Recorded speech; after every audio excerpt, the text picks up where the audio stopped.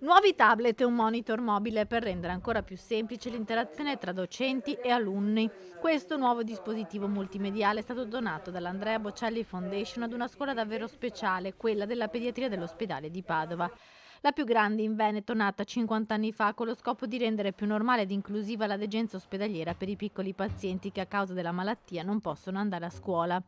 La fondazione benefica del grande tenore toscano, che aiuta e sostiene persone in difficoltà a causa di malattie, ha scelto di donare questo prezioso dispositivo multimediale alla scuola della pediatria di Padova proprio per il suo impegno a favore dei bambini. Attraverso le nuove tecnologie, attraverso la figura della telerista digitale e un utilizzo corretto e efficace degli strumenti, di promuovere e supportare quello che già i docenti della scuola ospedaliera fanno in modo meraviglioso e con tanto impegno, ovvero garantire il diritto all'educazione come un elemento di cura. La scuola è già pronta per iniziare ad usare questa nuova attrezzatura. Interagire meglio tra docenti e bambini o alunni, insomma, complessivamente, attraverso questa importante donazione, questo importante strumento che contiene poi degli ulteriori strumenti, dei tablet che consentono un'interazione più costante e più efficace.